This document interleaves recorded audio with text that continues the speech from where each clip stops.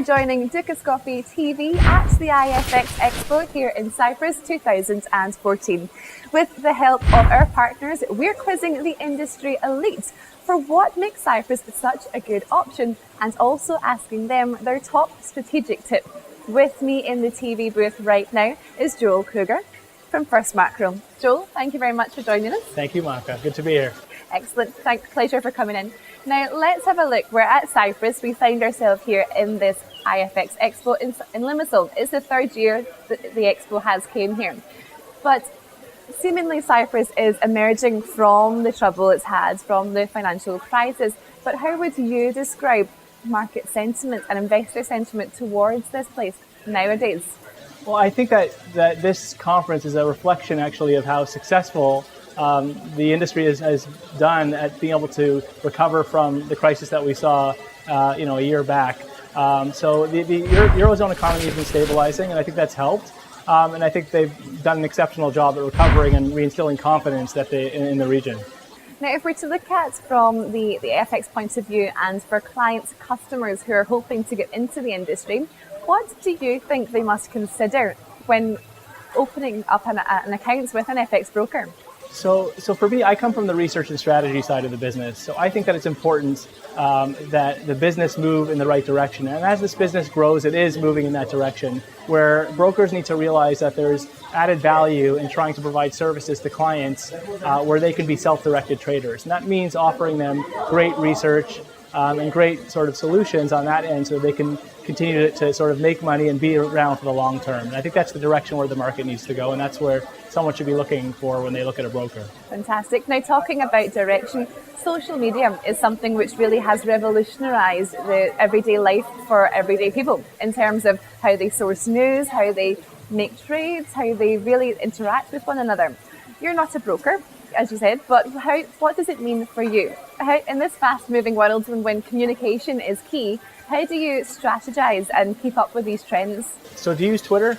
I do, yes. You do, and I'm on Twitter. Mm-hmm. I think Twitter is a fantastic social media tool for our industry. I think it serves as a wonderful complement to traditional headline services and finding sort of your customized blend. So I think social media has been extremely powerful in a market where we're so sensitive to time and real-time information. Having that come through has been exceptionally powerful. So I have embraced this wave of social media, and I think that it's only creating more opportunity and easier access for retail clients to be able to have the information they need from good, reliable people that they can trust. Excellent. And if we talk about globalization, Joel, for a minute, please. It's imperative, really, to have the local presence in a global market. But how do you approach this? Are you looking to try and have a foothold in many different regions, regardless of size, perhaps? Or looking more for a niche and trying to find the area with the largest market potential? Yeah, so for me, niche is less about geographic scope and more about the type of clients. So for my product, I have a research solution, an all-in-one research and trading solution that I'm providing. And for me, I'm looking for that type of client that we spoke about earlier, about that quality sort of client that's looking to be trading for the long term and that wants to be kept well informed. So for me, it doesn't matter if the client's from Canada, from New Zealand, from Switzerland, or from the UK. It's all about the quality type of client that I'm looking for to attract to provide that added value.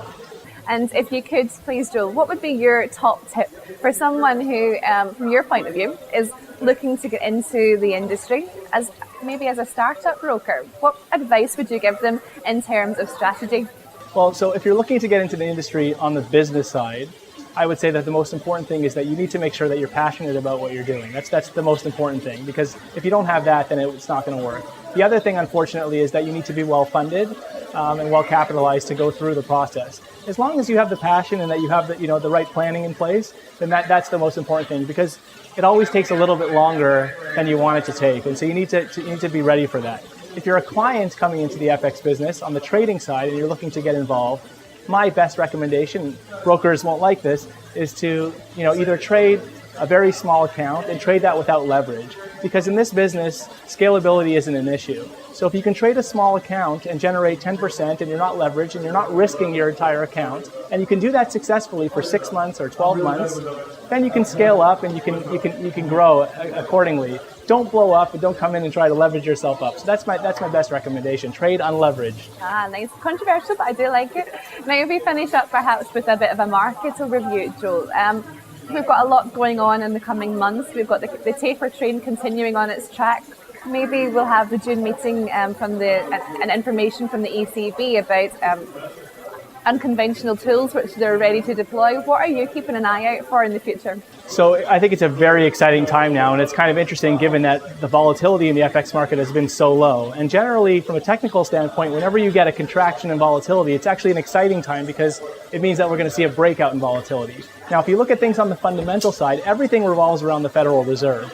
And right now we're at a very interesting point because they're looking at unemployment being below 6.5%, and they're looking at inflation rising up to 2%, and we're there now. We've reached that threshold. And as that happens, the Fed's going to have to start to reverse policy. And with that will come a rotation away from a lot of the markets, and it'll cause a lot more volatility. So it's getting very exciting, and everything's going to be hinging on when the Fed moves and how the market sort of perceives that.